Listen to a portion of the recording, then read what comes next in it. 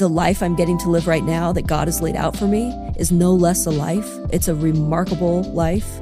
And the opportunities he's given me to influence in different ways, I get to learn incredible lessons, and it fires me up too, because it's like this continual, okay, where does God need me? How can I influence for good? What does it look like today? What does it look like this year? And you never quite know what's going to come. Oh my gosh, next. It's getting me so excited just listening to this.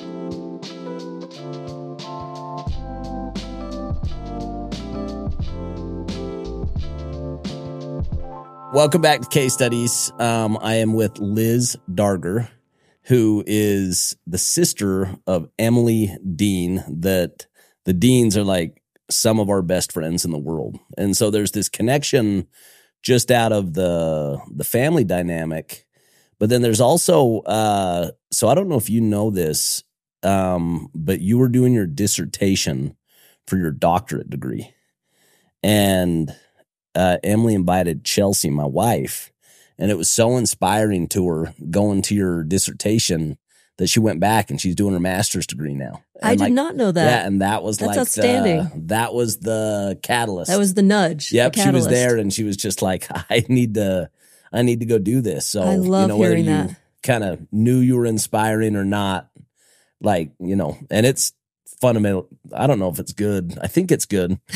Like tonight I'm going home and Chelsea's studying at a study group, and weekends. And so it's been like a big life change for her, but it was like this calling to say, hey, I want to go level up. I want to go do more. I want to go get more education. And it was from watching you kind of follow those same steps. So, wow. Well, thanks for sharing that with me. I mean, that makes me really happy. I mean, in some ways, that's what my dissertation was about, was these nudges that women and Latter-day Saint women feel to do things that may stretch us outside our comfort zones, to go into leadership positions, or to get more education or get involved in community. And so hearing that for Chelsea that had an impact on her, that means a lot to me.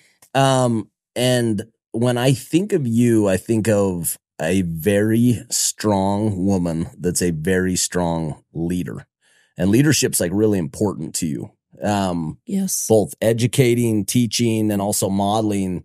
And so I think, we can go back to kind of how we ended up here, but maybe we just start where we're at. Like, talk to me about leadership. Great. One, what does it mean to you? Kind of what's the definition of a leader? And then how have you become a better leader over the years? Like what things have you done to develop as a leader? Yeah. So the first question, what is leadership? I love that question. And there's so many definitions. And as I was working on my dissertation, that was one of the things I did was study how different experts define leadership. And the definition that resonated the most with me was one from Dr. Karen Longman. She's a professor at Azusa Pacific that studied women leadership, she's world renowned. And basically she said that leadership is influence. And that resonated with me in thinking about, there are lots of leadership roles, and we might think of a CEO of a company, or we might think of a ecclesiastical leader or a captain of a team. And those are leadership roles. But in terms of what leadership actually is, for me, it resonated that it's influence. Yeah. And because that can be anyone. That can be professionally, you can be a leader. You can be a leader in terms of relationships in your family. You can be a leader in the community. And so, for good and for bad. For good and for bad, absolutely. Yeah. How are you using your influence? Are you using it for good and bad? And I think it helps everyone to see that no matter where their situation in life, that leadership doesn't go away. They still have capacity to influence for good or bad. Your sphere may be bigger or smaller or different depending on life situation. Yeah. And so I'm super passionate about that. Especially I think as women, thinking about the incredible influence women can have. And for some, it will be professionally. For some, it'll be through social media. For some, it will be the leadership in their family and in communities and in government. But I think for our young women in particular, for them to see themselves as leaders early on. Yeah. And then whatever the setting they find themselves in, knowing that they can make a difference in the world. So I'd say that's the definition that resonates the most with me. Is influence. Leadership is influence. And Brigham Young, a Latter-day Saint prophet, talked about that it's the duty of every saint of God to essentially get all the influence you can in the world and then use it for good. And I think that's a really interesting way of thinking about it. I've never heard that, and that is so profound. I'm like processing that as we're sitting here, like about kind of this desire to go, when I have that exact same philosophy about money, that I feel like it's a stewardship to go create for the purpose of doing good, of giving back and making a difference. You know what I mean? And so, it's never heard that before. That's really cool. Well, and you think about, what money gives you the opportunity to do, and then to have means to be able to make a difference in the world. And so influence, a very similar thing. And that certainly has impacted me in thinking about, okay, how can I do, and not thinking of like this big, okay, then I'm going to look and I want to be the most powerful, influential person in the world. It's not about that. I think it's much about, okay, again, the situations we're in.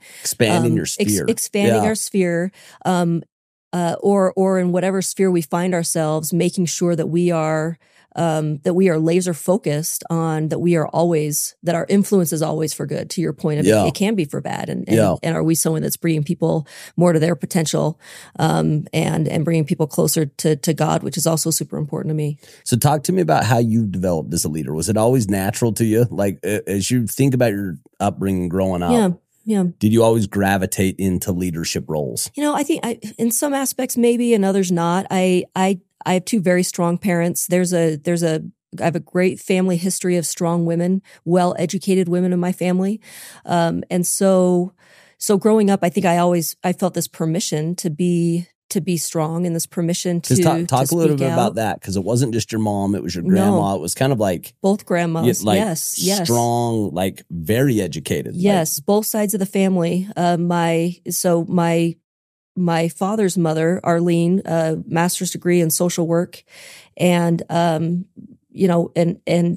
worked here and there throughout her life as she raised children, and was an incredible concert pianist. Turned down Juilliard to marry my grandfather.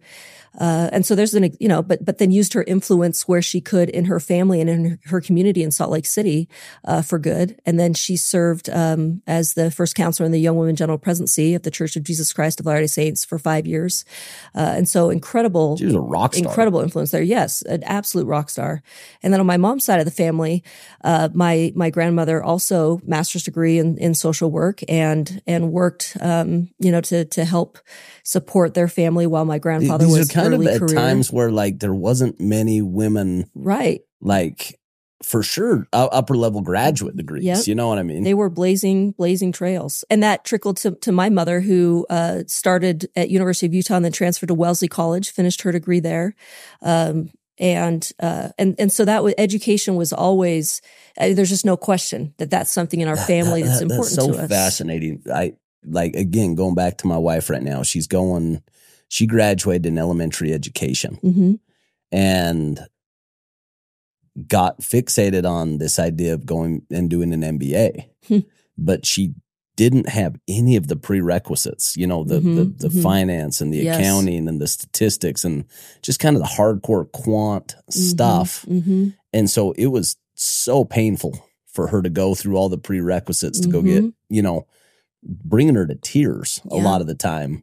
But I see her now. I see her going to school, and I see her putting in the time, and that example, I can't see that not resonating for generations. Absolutely. With our daughters that are seeing mom absolutely crush it and seeing mom go for it. You know what I mean? Yeah. So it's interesting to hear you talk about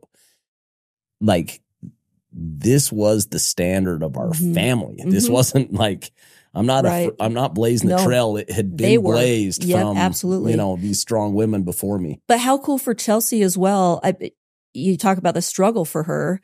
And my guess is she would not have continued doing that if she didn't know and feel in her heart burning that this is something I need to calling do. to her. Right? Because it's too hard. Yeah. It would be too hard. You'd be like, why am I doing this? But she felt, kind of called to do it. This is something I need to do. But it's so interesting because we're having this conversation with one of our daughters last night who's just in tears. And it's so hard. And she's going through all the stuff in high school that's hard.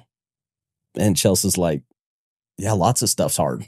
And she can, like, mom is doing hard right now. Yes. And she just has more influence with our 14-year-old daughter who's also doing hard. And she's kind of saying hard is good. I love it. And you're going to grow through this, And so it's, and they're having, and they're having these parallel experiences these dual tracks, too. I love that. And what a great example Chelsea's setting to be able to say, hey, I'm doing this with you. Like, I'm doing the same thing. And, and we're doing it. It's going to make us better. But I'm just like, as you're bringing this stuff up, I'm thinking about how I'm experiencing this in my personal life right now. And that generational type stuff matters. It absolutely matters. Yep.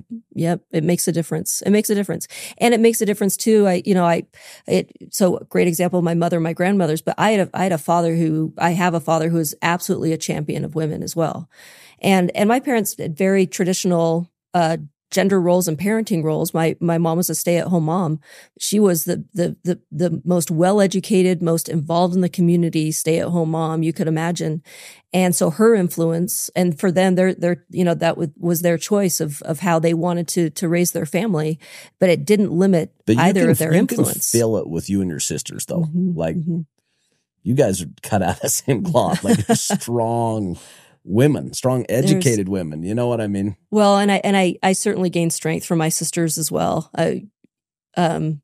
Emily and Martha are remarkable, and we all have a lot of similarities, and then we also have very different parts of our personalities. But I love the support I feel from them and my brothers. I was raised by incredible parents, and they were just very intentional in their parenting, and they continue to be, even as we're all adults now. And that I think has trickled into my siblings and in our relationship and how we try and support one another. And I'm not married. I don't have my own kids, but the influence I'm able to have with my nieces and nephews and being absolutely involved and embraced by them and their spouses and their families as well. I mean, my sisters-in-law and brothers-in-law don't feel like in-laws. They truly just feel like more siblings. Family. To me, absolutely. And that's a credit, I think, to my parents and how they nurtured those relationships with us growing up, and then have helped us continue to cultivate those relationships as adults. So kind of going back to had amazing legacy that you kind of started in. So you started with some momentum. But talk to me about kind of these early leadership roles.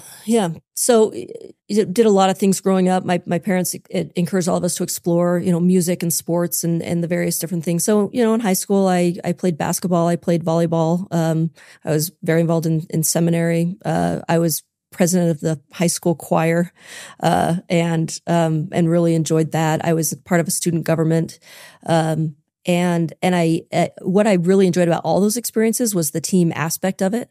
And there was a time I was in the high school musical, my senior year during basketball season. And I want to be clear, I was like townsperson number 2 in the Music Man. So I was not front and center. I didn't star in it at all. I was a townsperson with one line. But I loved it. And it was actually really great. And my coach and the director of the musical were really great. There were times I had to leave 5 minutes early here or there to get to the other. But the team aspect was so awesome. I'm in basketball and, we're prepping for a game and we're game planning and we're running sets and we're, scout team and that kind of thing. And as a team and everyone has their role. And then I'm going to rehearsal and I'm, in the back townsperson, doing my little part, jazz hands coming out, singing the chorus numbers, but seeing everyone that it took to put on a successful musical as well. It was these both team aspects in completely different settings. And there were incredible things I learned. I was a leader in basketball. And in this, I was totally more backstage. Back though, and I'm thinking about your parents and just how intentional they would have had to have been. Like, I think about my upbringing. And I was very narrow. What you're describing is a very broad, probably very inclusive, upbringing. And mine was not inclusive. Mine was, I was a baseball player. I was a football player. I hung out with a narrower group of people. And it's taken me since I've got older to expand my view and see people where they are and love and accept the differences where kind of growing up, I was drawn and associated with people that were like me. And what I want my kids to be like is what you're describing, which is more broad and Yeah. more inclusive and more accepting of like Yeah. you take those groups and they're very different groups. Oh, very different. Like wildly different. My choir nerd friends and my jock friends. No, and the my way different groups, seminary you know what I mean? kids And to be able to student council. navigate, and then even the student government where you Yep, kind of have yep. to naturally be able to like connect with all of them. And that's like a incredibly rounding experience at a young age, which is like props mom and dad for nudging you guys, because your sisters were like that too, right? They're very broad. You're right. They are absolutely, and I think we all have social circles that include people from lots of walks of life, and I think about that. And with my parents, I wonder how much of that too was their early marriage. They were in Boston, and their ward congregation in the Church of Jesus Christ of Latter-day Saints, I think involved a lot of people from a lot of different backgrounds. Yeah. And then they spent some time in Cincinnati, Ohio. Because your dad went to Harvard, didn't he? He did business school at Harvard. And then moving to Boise, Idaho, which was a great mix. There were many Latter-day Saints, but a ton of people that weren't. And it was I loved growing up in Boise.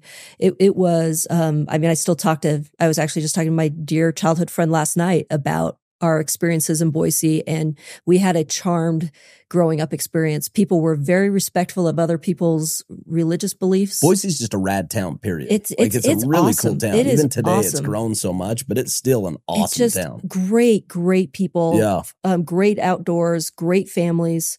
And so I think my parents just had those different experiences early in their marriage to bring into, as we were growing up, of saying, hey, we are going to integrate in our ward family. We're going to integrate in our neighborhood. We're going to integrate in the community as we are volunteering in various aspects of civic and community involvement and in my dad's work. And you're just going along with it, or you kicking against it? Because like for me, I was kicking against every step of it growing up. Like there was just like this rebellious bone in my body, which is if my parents say go right, I'm going then you left. Were going left. Yeah, Interesting. Interesting. Yeah, like it doesn't feel like that was the case with you guys. It feels like everybody was just kind of on board to. Yeah, I mean, we certainly had our moments, I think, but overall, I would say I was probably the opposite of you. My parents had earned my trust in a way. Had a lot of influence with you. That it was like, yeah, they haven't really steered me wrong. So I'm going to kind of keep doing what they're asking. And again, like we all had our moments, but for the most part, it was like, yeah, I think they're building a pretty good life here. And if they're making these decisions, I'm on board. I'm going to follow what they're doing. Yeah. So you go and get through high school. Mm-hmm. College was BYU? Yes, which was very interesting because I was like an average high school athlete. And I'd committed to walk on to Utah State's volleyball team as a preferred walk on, and a lot of family history there. My great grandfather was president of Utah State for 40 years. And, what's his name? E.G. Peterson. Okay. And so a lot of family history there. And both my parents, like I said, started at University of Utah. So I committed to play volleyball at Utah State. Pumped about that. Division I athletics, amazing.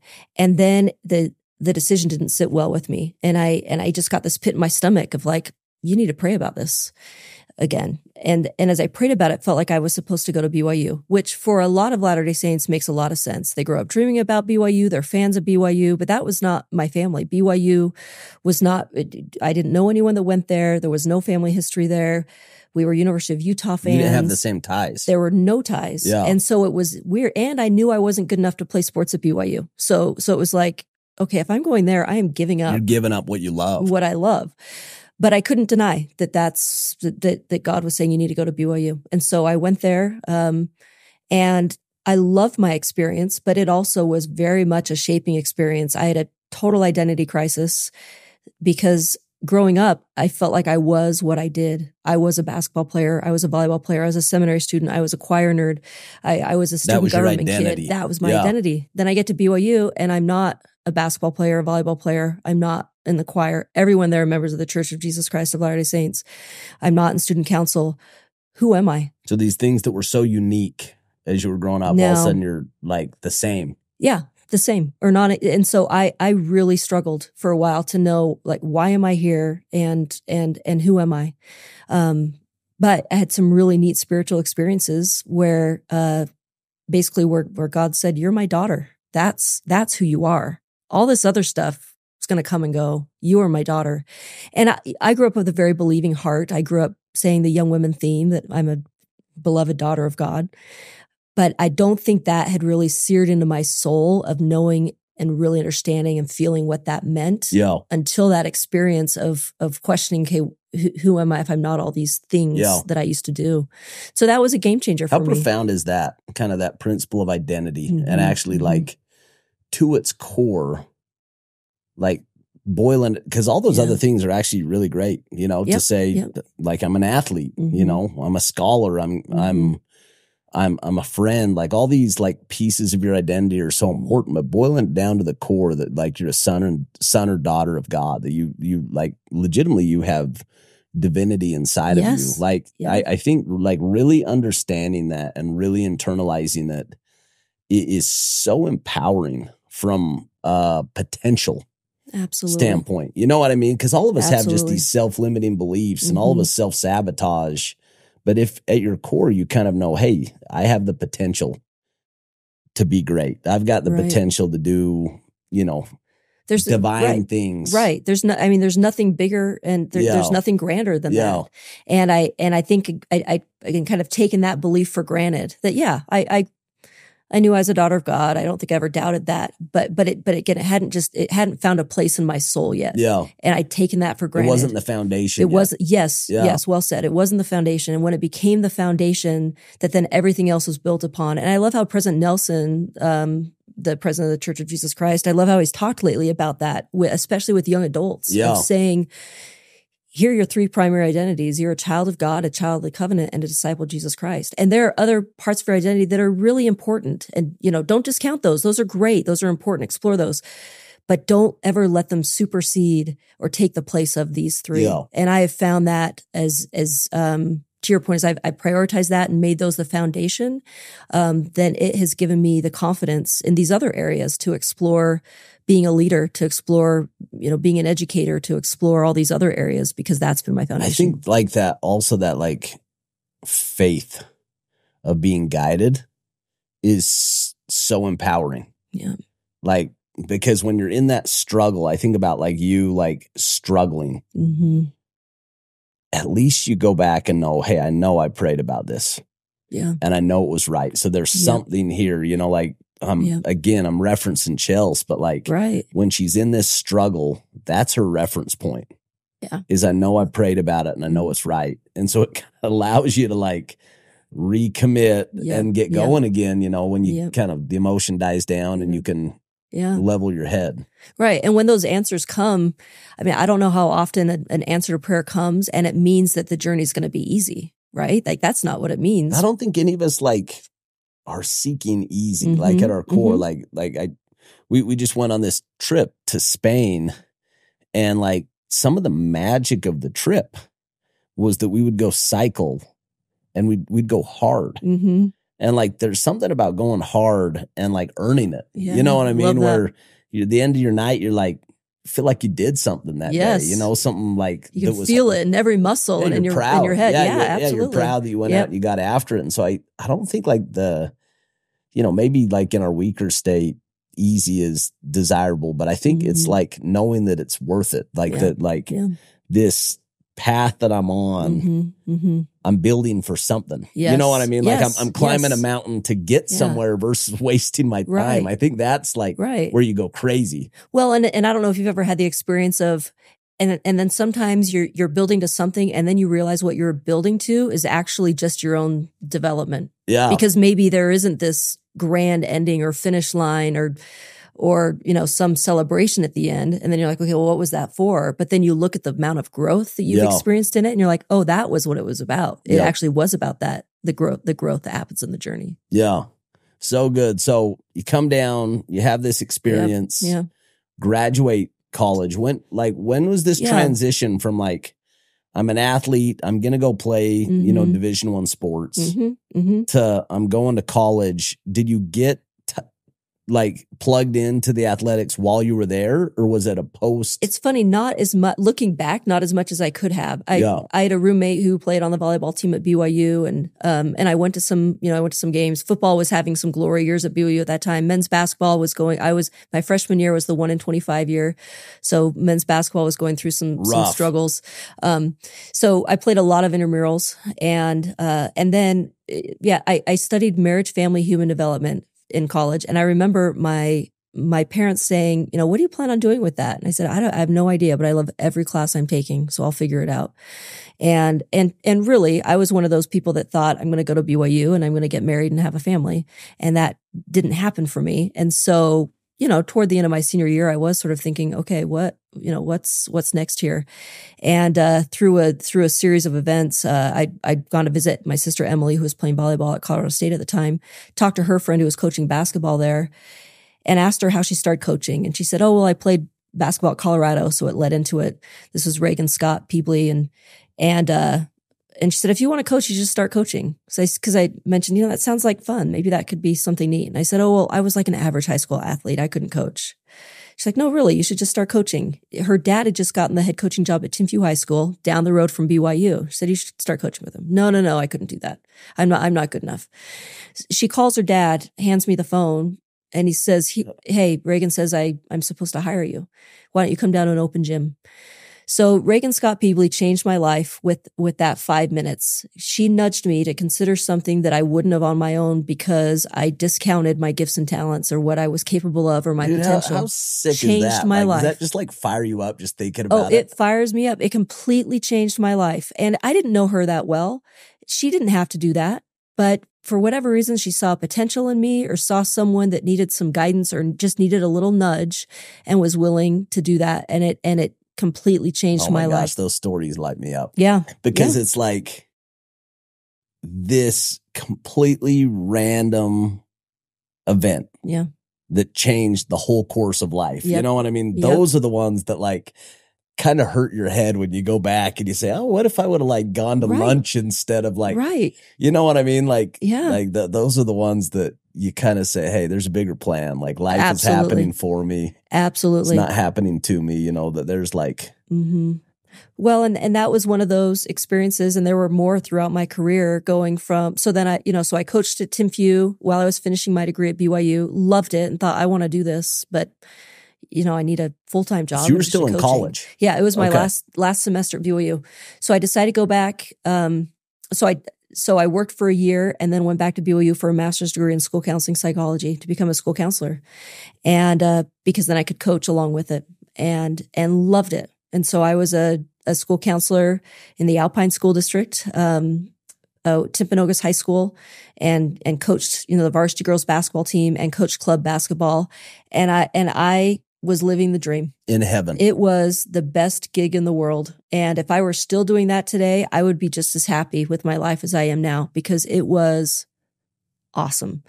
But I got nudged to do other things. I was nudged by Kathy Nixon to come coach with her at UVU. How great is she? She's amazing. Yeah, she was there when we were there. And Chels played volleyball at UVU. Yep. And so with like Sam, right? She played for Sam. They were all kind of connected in that. And Kathy was just always like such like a shining star there. She is so good to me. So good to me. So she nudged me to consider, and I thought, I can't coach college basketball, Kathy. Like I'm kind of faking it here at the high school. Like I don't really know, and she's like, Liz, you can do this. Come coach.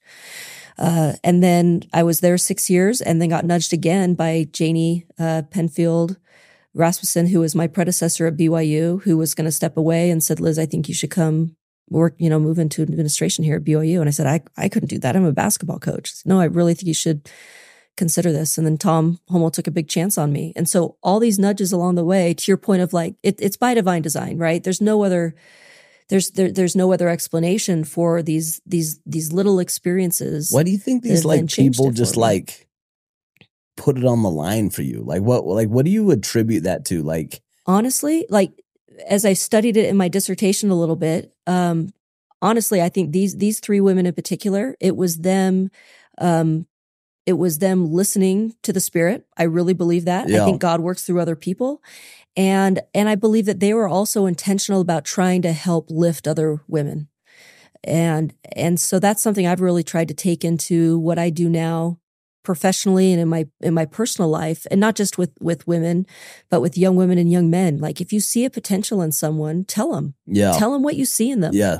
And give them the 5 minutes to make a phone call on their behalf, or really nudge them or encourage them to explore something they haven't before. Encourage them, or if they're saying, hey, I've been thinking about this, absolutely, you should explore that. I think this idea of like being a contributor or being like a person of value, somebody that just everybody that you interact with, that you put more into the pot than you take out, like being that through life and the ripple effect. And I just think about these people that you're describing, and they just, all of them have like this special characteristic of being conscientious. Yes.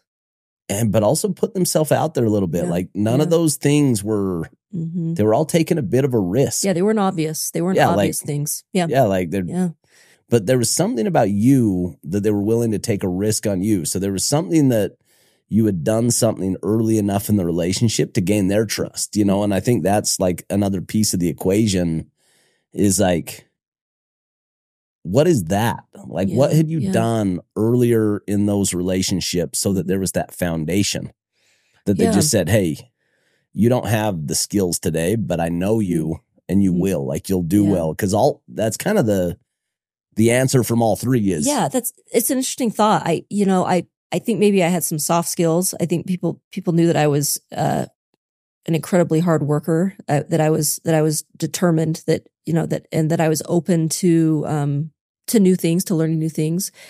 And then I hope people also saw me as someone that was good at team building. Yeah. Just bring people, whether it was as a, ninth grade basketball coach, or whether it was as a school counselor, or now whether it's working in athletic administration or in church service or in community, of someone that can hopefully bring people together from different backgrounds, different experiences, and help build those connections and those bridges to get people focused on the same thing and move in the same direction. Yeah. So cool. So you come over to BYU. Talk to me about that journey. Cause I think that's the one that, like, when I think of you, I see that chapter of the story. Yeah. You know, it's you speaking to people at the Marriott Center. It's you specifically, the one that you were right in the middle of was the Big 12 transition, and just the outreach to all the different schools, and just probably some experiences you never anticipated ever kind of getting put into, like kind of getting inserted as like, hey, go help. Definitely. Go like move this along. Yeah, for sure. Things that I never would have imagined being involved in. So I'm just starting my 10th year at BYU, and Tom did, I feel like, took a big chance on me coming over as this coach. But he also, he's the best boss in the world and the best athletic director in the country, because he also immediately from day one instilled confidence in me of just like, Liz, you can do this. You just affirm you. You can do this. And there's going to be a learning curve. There's things you're going to need to learn, but you've got the tools, necessary to be able to do this. And I have confidence that you're going to be really good at it. From day one, he wrote me, I remember I showed up at my first, department meeting. So, officially, signed the paperwork, whatever else. And so it was where he's going to introduce me at department meeting. And I remember it was in the football team room, and walking down the hall, and he meets me in the hall, and he hands me this handwritten note that I still have. And it wasn't just like one line, like, go get him or good luck on your first day. It was this whole page handwritten card of saying, like, you are going to be great at this, and I have confidence in you, and the experiences you've had in your life and the skills that you bring are going to bless lives here at BYU. The little things really are the big things. It was huge for me to then walk into that room with these 200 people. People in athletics can be intimidating. And I was coming from this assistant women's basketball coach to now, BYU, and all these coaches and all these other athletic administrators and people that had much more experience than I did. So talk about that, because I think, talk about imposter syndrome. Oh yeah, it's a real thing. And like, it's a real thing. The voices in your head all along the way. Like, and how do you deal with those? Yeah. Like I said, my reaction along the way to many of these opportunities was to think, oh, I can't do that, to immediately discount myself. And I've been very grateful for people along the way that have helped counteract those. Be like, Liz, yes, you can do this.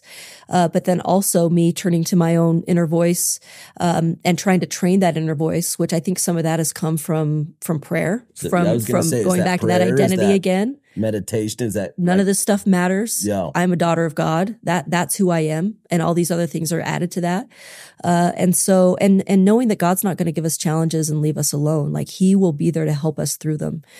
And that it's okay not to be perfect. Like I've made plenty of mistakes in my career and my job. Yeah. But when people know that you're doing your best, they can sense you care. Yeah. And that you're going to learn from your mistakes and that you apologize. Then they're going to have some patience with you as you just went learn through and grow. kind of this rough leadership situation with some companies that we had invested in. Mm-hmm. And there was 2 leaders that kind of had the same behaviors, Mm-hmm. like physical behaviors. And one of the leaders got a complete pass from everybody on board and got the benefit of the doubt on every point. Interesting. And that there wasn't an ounce of like negativity about this leader, but the behaviors were the same behaviors. And this other leader got absolutely roasted. And the mob was kind of like ready to like get their pound of flesh from this other leader. What'd you attribute it to? Why the difference? And I think it's that one of them like cared about people. And they could sense it. And they could sense it and they just felt the intent. Yeah. And because of that, they interpreted behavior as, they just made a mistake. Yeah. Where on the other one, they interpreted as that person's malicious or that person, that's really interesting. Has wronged me, whatever it is. But like when I was really like breaking down like the physical, like what happened, both leaders had done the same things. Wow. And one of them, it was like they were loved. Yeah. And no scrutiny. And the other one, it was like I was looking at it going, that's a disproportionate like justice that, the team feels like that person needs to pay. It felt like the punishment was worse than the crime. Yes. But there was something. It wasn't the actions. It was something they could the feel. delivery Yes. that was turning people off. Yes. And I think that's what you're describing is like they knew your heart. Yeah. They knew your intentionality and that like you were trying. Yeah. And I think that matters so much, and apologizing.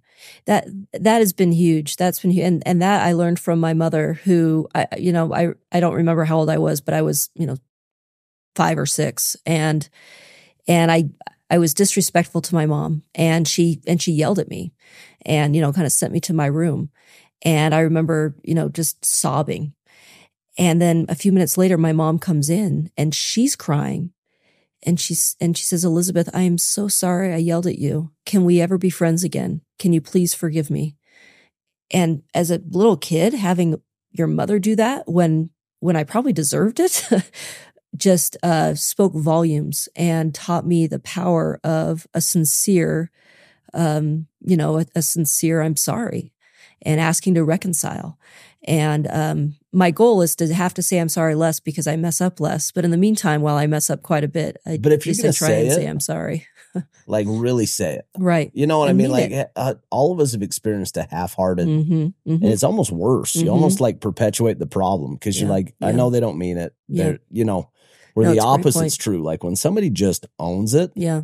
All of a sudden you start defending them. You're like, whoa, like you're being way too hard on your, and it fully changes the dynamic. I mean, people can sense sincerity, right? Yeah. People can see right through fakeness. And so you're right. Like if you don't feel sorry, then maybe there's some issues there to work on. Of course. I think that's something else I've learned is, I've had to examine my own heart sometimes. If I've had a little bit of a cold heart or a hard heart and say, okay, where's this coming from? And I can't control anybody else, but I can control my heart. Why am I hardened? And if my heart needs to be softened a little bit. And I found through those experiences too, that me even making the first gesture sometimes, even if I don't feel I have anything to apologize for. I mean, that's like me and Chelsea's marriage for 20 years. Yeah, like when we're fighting, like it's my pride that's like way up here. And like, if I can swallow it and just be sincere and apologize, it's crazy how everything gets better. Yeah. but it's hard. It is hard. It's like when your heart is hardened. Oh yeah. It's very tough to Yep. You know what I mean? I was thinking about this other one. We were at the Orem football game the other night, and my daughter was just being a pill. Like she was being an absolute pill. And I was kind of getting short with her. She's like, I want to come. I don't want to come. And, I'd kind of said, hey, okay, don't come. Yeah. We're bouncing. And I could tell that it had really affected her. And I went got down on my knees. So I'm looking at her in her eyes. And I just said, hey, I am so sorry. And all of a sudden it just melts. It just changed. And that whole that rebellion or that stubbornness.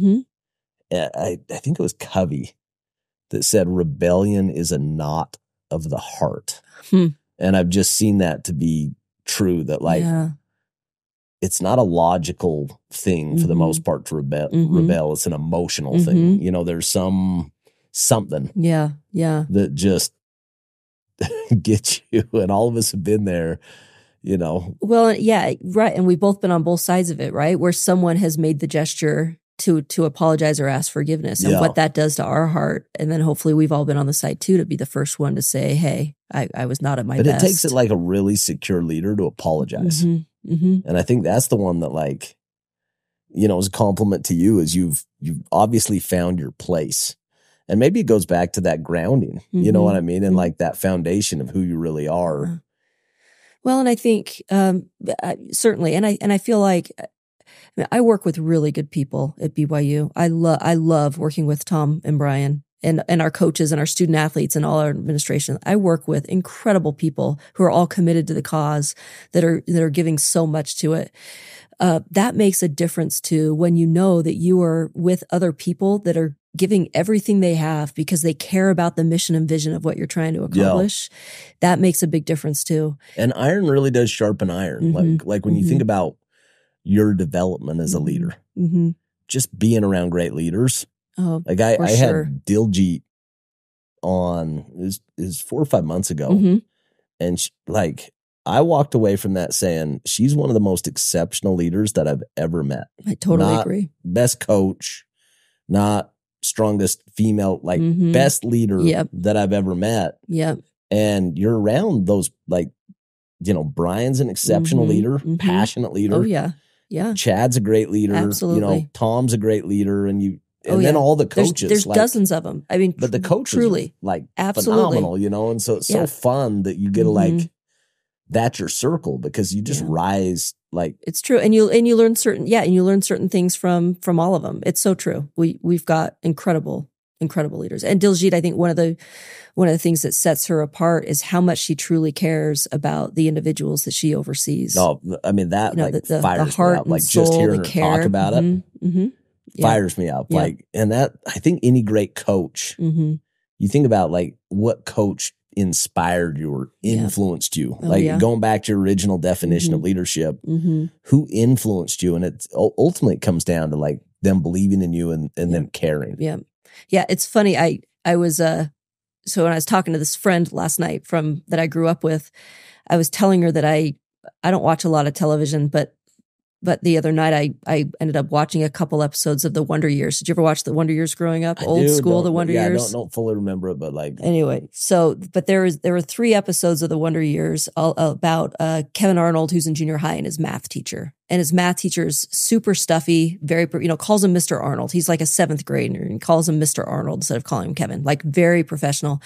And, but watching these interactions between Kevin and his math teacher, and Kevin's really, really struggling in math, and the care that this teacher puts into him, treats him like an adult, but puts so much care and love into him. And I was talking to my friend last night about it, of those teachers, of those coaches, of those people in our lives, to your point, that have done that. And it doesn't have to be that they're your best friend. It can be these people in these other roles where they have an incredibly high standard for you, but that they care about you. And one of the reasons they have a high standard is because they believe in your potential. And so they're not going to let you get away with doing less than your best. I've told this story, but my daughter, she is at a cheer gym. That's a local gym. that's the best gym in the country out of like 5,000. Wow. And they are so hardcore. Like so hardcore. They have this insanely high standard. Cheer is hardcore. The and standard stunting is so it's hardcore. high. And these kids rise to the standard. Like if I were to tell you stuff that's like if they don't hit a perfect routine on Saturday, they go back to the gym Saturday night and practice until, and it's the parents are there too. So we're there at 10 o'clock. Yeah. Saying this is ridiculous. Like, what do we like? Let's do this on Monday.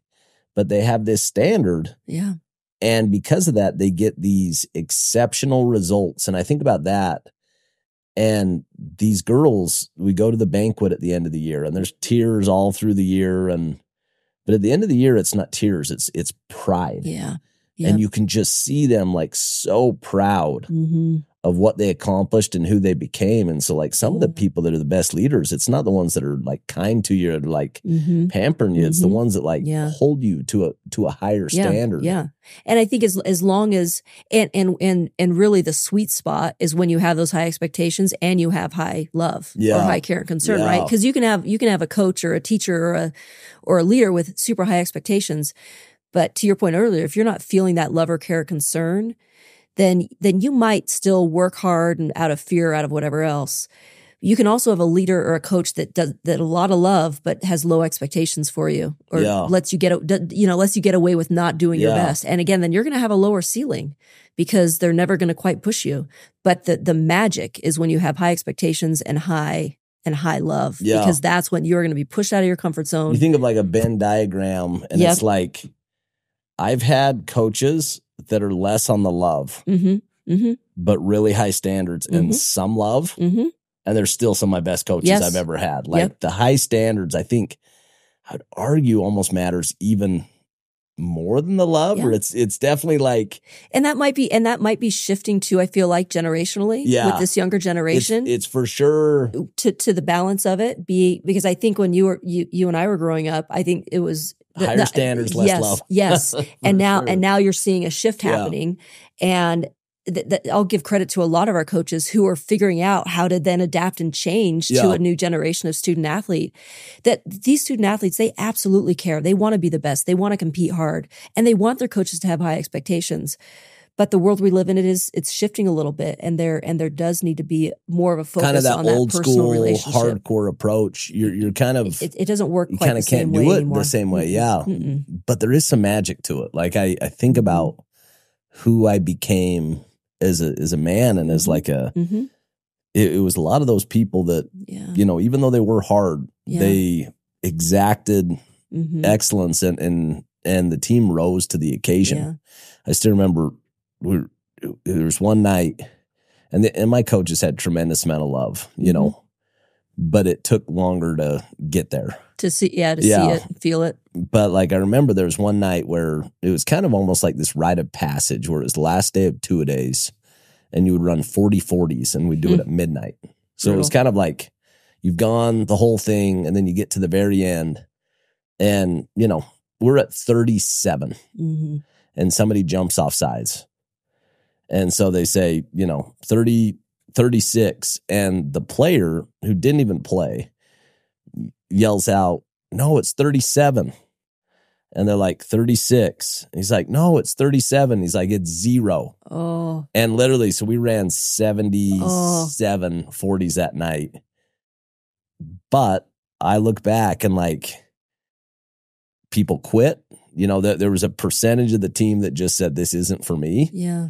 But the ones who didn't quit, we had like, it boiled us down to the core. Absolutely. And we had an exceptional group that was like committed. All in. Yeah. And we were a team. We, kind of forged those bonds through hardship. Yeah. Yeah. And that's the magic of sports. I think that's like the beauty of like, you think about, we were talking before, and I'd love for you to go into this, the Olympics and some of these athletes and just these inspirational stories of like what the human, the human potential that just like It's incredible. Anybody who watches the Olympics, you can't not be inspired because you're witnessing greatness. It's so true. It's so true. Yeah, I had the unique opportunity to get to be in Paris with my sisters and sisters-in-law for about a week and a half for the Olympics, and got to support our BYU student athletes and alums there. And just, Kenneth Rooks is a great example, but truly, I mean, there's so many incredible performances. Our marathoners, all our steeplers, Whitney in the 5,000. I mean, just truly so many great PRs all over the place. Yeah. Steph Ravetti in rugby gets a bronze medal. Like, there were so many great performances. What was really neat for me as well, and I love the Olympics. I've always loved the Olympics, was to be there and then watching people I know. And I've seen these student athletes since they were freshmen, come with a dream of being an NCAA champion, and a dream of being their best and coming to BYU, and then to see them literally on the world's biggest sport stage, and to see that same kid, is now an adult, but the same great parts of them now come out on this world stage, and the same things that made them great as a freshman student athlete have been developed and honed and cultivated even more to see them be successful on that world stage. And then to be able to talk to them afterward and celebrate with them, and to be able to, be with them at church and watch them do a fireside and watch them share their faith in Christ, and then watch them go and just absolutely nail it, on the track.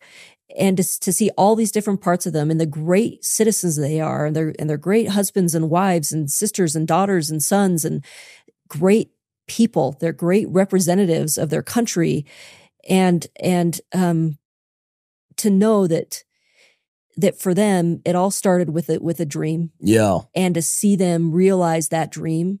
I can't even explain it. It's just so special. It was so special. It was so special. And now I'm going to have to go to every Olympics that there ever is for the rest of time, because it was that incredible to be there in person. It was so great. Who are the leaders that inspire you the most in 2024? Like, who do you look to and just say, that person fires me up? Who do you look to for inspiration? Oh, I mean, there are a lot of them. I would say in my day-to-day life, I mentioned Tom and just Tom Holmoe, what an incredible leader he is. He is so good. He is so good. And just watching him, how he coaches our coaches, how he interacts with our student athletes, how he interacts with fans and alums and other supporters of the university. He is so good. I mean, I'm just a guy. I'm one of many. But when I see Tom, he knows my name. He'll come say hi, give me a hug, and I'm one of a lot. Yeah. So there's some special gift that he has of making people feel special. Yes. And I don't even know him real well, and he always makes me feel special. You know what I mean? And he talks about that, about the relationships. He'll often, as we meet as senior leadership, he will challenge all of us and invite all of us to consider again, what are we doing with all the relationships in our lives? And not just like with our family or coworkers, but, he'll say, you can make someone's day with a smile, with a kind word. Every interaction you have can make a difference in someone's life. So inspiring. No, that's so inspiring. So you got Tom. Who else you got? So President Reese, our new president of BYU, and Keith Borkink, love working with them, and Brian, watching each of them. I'm kind of I work with a lot of men and some great women as well, but I'm often in meetings with a lot of men, and I love the way that they really want to get the voice of everyone in the room, want to really understand the whole issue. I talk to colleagues across the country sometimes that don't feel like their voice is heard or valued. And that's not And it BYU. makes me that's so sad because that is not my experience. Yeah. My voice is invited and welcomed and valued, and largely due to these great people that I'm around. So I would say those, and then I look to, they're incredible leaders, that I get to work with in the NCAA, and the Big 12. I really value those relationships. I've loved that part of my job of kind of representing BYU in a way in some of these other circles.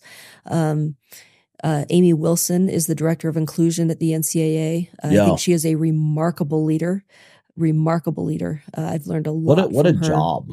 That's a big job. It's a big job. It's Yeah. a hard job. It's a very complicated job. Because that job would have different definitions to Yep. almost every person that you Yep. talk to. Absolutely. On, like, Yep. if you're doing a good job. And every institute, and you look at even the whole NCAA, how many institutions, and Division 1, 2, and 3, very different institutions, just like very different people within those, and the job that she does to serve the membership of the NCAA and demographics, Oh, yeah. all different Yep. like corners of the country that kind of come with their own bag of tricks. Exactly. So like their own cultures, their own, and she can see all the good that people can bring and say, okay, how do we make this better? And how do we make everyone's experience better? She's an incredible leader. And I still look to my parents. Yeah. They will always be the first leaders that I look to, and how I don't know if you could like life. honor your parents more than to have them in the list. Like when I think about, when I get older, I hope that my kids can look back and say like, hey, dad's never let me down. He's still in my life. And you know what I mean? That I look to mom and dad like when I need help or guidance or whatever. Yeah. So that's so cool. Yeah. Yeah. And then they're in church service and other ways, I've been able to rub shoulders with some really remarkable leaders. You kind of have exposure to exceptional leaders, like really good leaders. Yeah. Like Bonnie Cordon, who's now the president of Southern Virginia University. I head out there in a couple weeks for her inauguration out there. But it's when I was able to serve with her on the Young Women General Advisory Council. How was that? It was a remarkable experience. Did you love it? I absolutely loved it. You were there, what, 5 years? It was 5 years. Yeah. That's a big job. It was a heavy lift. Yeah. But watching her and navigating, this large organization. And she's kind of a rock star though, right? Isn't she she's just like, absolutely a rock star. She's a rock star. Yeah. But similar to Tom in terms of, she made everyone that she interacted with feel like they were the most important person in the world, even if it was a first interaction. And the reason that people could feel that is because it was genuine. Yeah, she wasn't faking it. She truly loves people. And so in an interaction with her, you felt it because it was real and it was genuine. Oh man, I could talk about this subject all day. Like great leaders change the world. Like they truly are. They're the few that influence the many. Influence. There's that word influence. But again. for good and for bad. Yep. Like I think about the Hitlers and he was extremely influential. Absolutely. And like took the group in the wrong direction. Yep. I think about Lucifer, right. Extremely influential. Yep. And like those tools and those gifts. Yeah. If they're used for good, like you can literally like change generations and vice versa. Like a really exceptional leader that leads people down the wrong road, you can screw up a lot of generations. It's like true. you can really do a lot of damage if you're an exceptional leader. Well, and you think of then thinking of influence again as well, the amount of responsibility that comes with influence. So it's a stewardship. It is a sacred trust. It is. Like it is. And there's weight to that. I mean, that can weigh on your shoulders. I imagine it weighs on your shoulders of saying, okay, I've been given these gifts and talents or these resources and this, and now what do I do with this stewardship and this responsibility to use it for good? It doesn't weigh too heavy. It lights me up. Like it, honestly, like it, I get deep into gratitude and one wonder, why do I get to live the life that I live? Like we were in Spain last week. We're with our best friends. Yeah. Eating the best food, cycling, and I'm like, I just got on a plane and in 18 hours, I'm in my bed at my house. Like living in 2024 is pretty crazy. Like it is like pretty exceptional. Yeah. Like you take like the kings of the world, like the, highest level of royalty, and they didn't touch what we experience right now. Like didn't even touch like the lives that we get to go live and there's just more opportunity to influence at a big level. Like you take social media, you take just all these platforms of, written communication and email, and like there's just a bigger microphone. You're right. Which I think goes back to that every person has that opportunity for influence. Yeah. And some people welcome it and want it and embrace it and crave it. And others are kind of like, I'd rather just kind of stay in my corner and do my thing. But that microphone, that megaphone is available to all, to anyone that's willing and that wants it. Yeah. But I love how you said that it fires you up too, because I feel that same way in a little bit different sense about that I absolutely feel like that God has given me gifts and talents. I never saw myself in the scenarios I'm in ever in a million years. You know, my plan, I wanted to be a stay-at-home mom. That didn't work out. If I could, I would still love that. I hope I get married and have kids at some point. That's still like my dream. But the life I'm getting to live right now that God has laid out for me is no less a life. It's a remarkable life. And the opportunities he's given me to influence in different ways, I get to learn incredible lessons, and it fires me up too, because it's like this continual, okay, where does God need me? How can I influence for good? What does it look like today? What does it look like this year? And you never quite know what's going to come. Oh my gosh. Next. It's getting me so excited just listening to this. Yeah. So like if I'm summing up your story, like from an outsider looking in, like I think about this parable of the talents and just taking what you're given and making it better, which opens the next door for you. And it just seems like that's been your life, is you go get an assistant coaching job and you do a good job, which opens the head coaching job, which opens the college job, which opens, and it's like literally just where you're at, adding value and optimizing and getting better and trying to like grow. Yeah. And what that leads to. And I can't, when you fast forward 5 or 10 or 20 years, I just think you're going to like make a dent in this world. Like, I think you're going to go like continue on this track. I just don't think the doors are going to start closing. If anything, it just feels like you have this momentum, and it's so fun to watch. So, well, that's very kind of you to say. I could say the exact same thing about you and Chelsea and what you both are doing. And I think we're all just trying to, again, to do our best to do what we think God needs us to do with what he's given us, right? And to cultivate it and make it bigger and better and magnified. So most of the time on this podcast, I ask the question of faith, but you've kind of talked about faith the entire podcast. So obviously it's like central. It is core to the way that you see the world, and like even just like you being able to trust your decisions.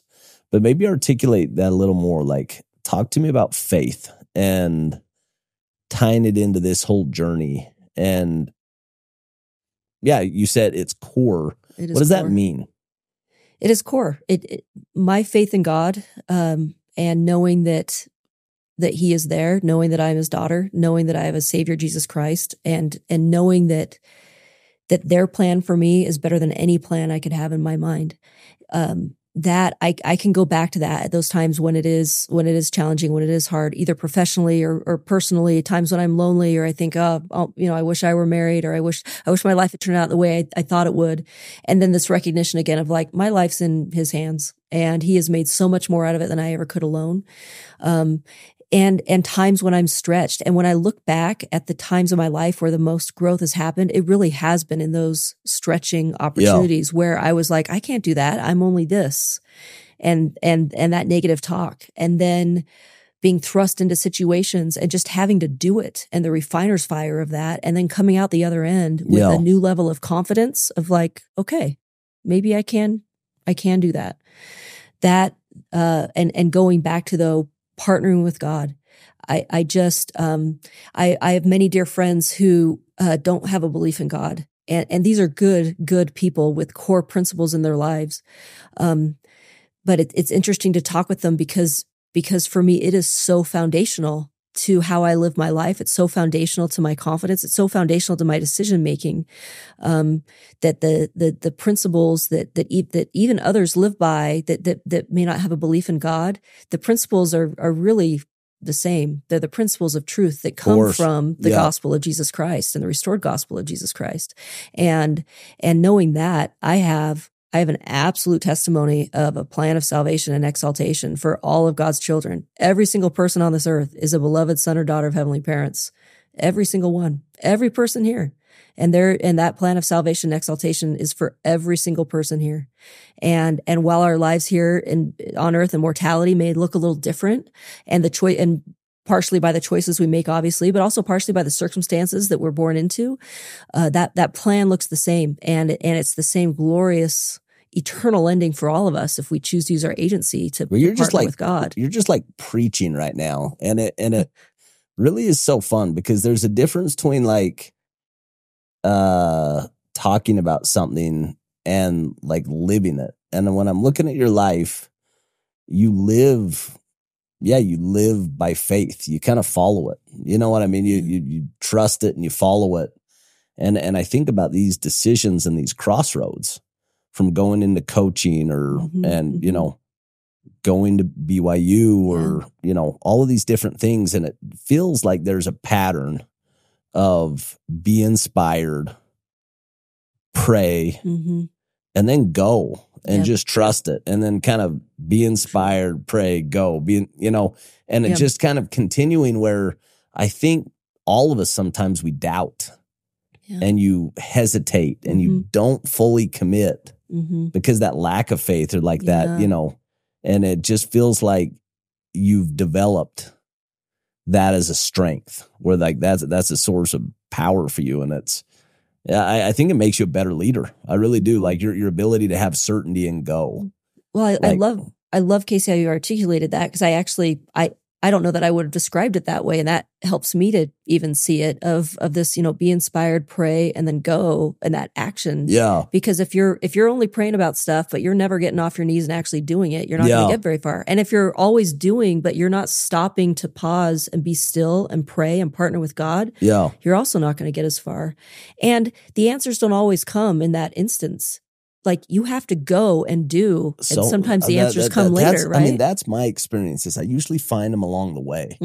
Yeah. You know, I usually kind of like, I can see to the end of the road, and then I just start going. Yeah. And you get to that plateau, and then it opens up like a whole new optionality of like, what's the next thing? But you kind of only see as far as you can see. Yeah. And you just have to kind of have a compass and go. I love that. Or you get stopped. And all of us have friends that live beneath their privileges. Yes. Or live smaller lives because of anxiety and fear, which are the opposite of faith. You know what I mean? Like, and they force you into a smaller life. Yeah.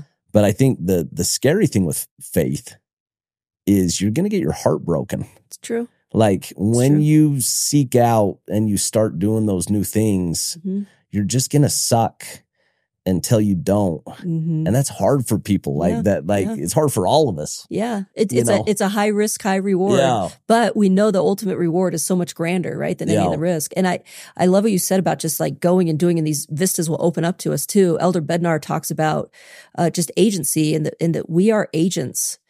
How do we use our agency? We are not objects to be acted upon. We are agents. Yeah. And so you combine using our agency and being agents and acting, combine that with partnering with God, like that's it. And again, it doesn't mean it's going to be easy. And I've been in those times where it's hard, or you know, you're sad, or you're depressed, or you're questioning things, and but I found wallowing in that never ends up getting me to the answer. Yeah. It's to what you've said. It's getting up and doing it, and then the answers come as you go. And there are heartbreaks along the way, for sure. Yeah, for sure. But having that faith, knowing again that the ultimate destination, beyond all the growth that's going to happen, that ultimate destination is worth it. I've heard you reference a couple times in this conversation this idea of I'm going to have the life my parents had. Yeah. Get married and going to have there's this model. Yeah. And why wouldn't I want that? They've And I remember mine wasn't that model, but I had this idea that I was going to go to college and I was going to go play baseball, and it was everything to me. Like it was like literally like that was my identity. I remember being on my mission and waking up at like 5 a.m. and doing my workouts and all the extra stuff before we would go out, because I wanted to go be like a college athlete. Yeah. And I came home and I just didn't have it. And I remember I ended up getting cut. That like, it was like so embarrassing. I played the fall and I did not play good. Mm-hmm. And there was a list of the roster. Mm-hmm. And what makes it even worse, I didn't know I was trying out. Oh, really? So I was on like the fall team. Yeah. I didn't realize that there's a cut that I might not make the spring team. Mm-hmm. And I remember seeing that list and not being on the list and just being completely broken. Oh. I remember driving up the canyon just crying. You know, I'm 22-year-old Mm-hmm. and like just getting rattled. And as I look back, it scares me to think what would have happened if I would have got the thing that I wanted more than anything else. Yeah. And as you're sitting here describing that, I don't know why I had that thought, but I was thinking about the life that you've lived Mm-hmm. and the impact that you've made. And I know marriage is awesome and kids are awesome, Mm-hmm. but you would have lived a very different life. Mm-hmm. Mm-hmm. And, you know, I don't know what the future holds, but I do know what you've done in the past, and you've changed a lot of lives. And so I think even going back to this faith conversation of just trusting your path, is like so beautiful. You know what I mean? Yeah. Yeah. And thanks for sharing that about your experience. Like, if you had made that team and then, which in the moment, and even it would have been everything. I wanted. Like, it was like, there's nothing I wanted more than that. Yeah. But how would it have shifted your experiences and your hunger for these other things, that I right? live today. And so specifically on the financial standpoint, we made a lot of money young in sales. Yeah. And those were the same years I would have been playing college sports. Yep. And there's this compounding benefit that we're receiving 20 years later. Yes. From both the education and also the investment. Yes. That it's changed our life. It's fundamentally like changed the trajectory of what I do professionally. Yeah. Anyway, it was a crossroads that if I had my choice, I would have picked one road 100 times out of 100. Right. And you didn't know the end from the beginning, but God knew. He's like, I've got something grander for you. I've got this other plan, you know, and I would say same with me, you know, this whole, and I went through multiple times in college and after that of like, Father in heaven, why am I not married? And what am I doing here? And each time he's so tenderly, just like a sweet, tender father has said, like, I've got work for you to do. And focus on the covenants you've made and live those covenants and be open to the path I have for you, because I've got work for you to do. Answer. Like, incredible. Like, he's so good to me. I have work for you to do. Like, like that's got to make you feel like so proud. Like there is a job to be done. And even like, just like, okay, well, I'm doing it. Like I'm going to go. Just this sort of like, wow, little old me, right? You know, like me, you've got something for me to do. But I've seen that time and time again of these experiences in my life where it's like, yeah, he does. And I don't know why it's me, but each of us can say that, right? I don't know why me. Yeah. You and Chelsea can say that. I don't know it's why us, but he's given us these, you know, these opportunities and resources, and we're stewards and similar. I'm like, I don't know why, but I trust him over and over and over. I will trust him. And I know that clearly his plan already for me has created incredible opportunities to meet amazing people and have these experiences that have helped shape me and hopefully have helped glorify him at the same time. So good. So we could kind of go on this topic forever. I'm going to finish out. Just want to tell you thanks. One, for coming in, and two, being an exceptional influence in our family's life. And, you know, some of it, I wanted to tell you that story with Chels because I'm seeing her transform. Like, I'm seeing her go through this process. And she said right before I came, she said, I would not have done it if I wouldn't have got invited to that dissertation. And just seeing all of these amazing, strong women and just been inspired that, like, I need to go grow. I want to be like them. Anyway, so thank you for being a light for our family. And honestly, you know, for everybody that you go touch, like, your reputation precedes you.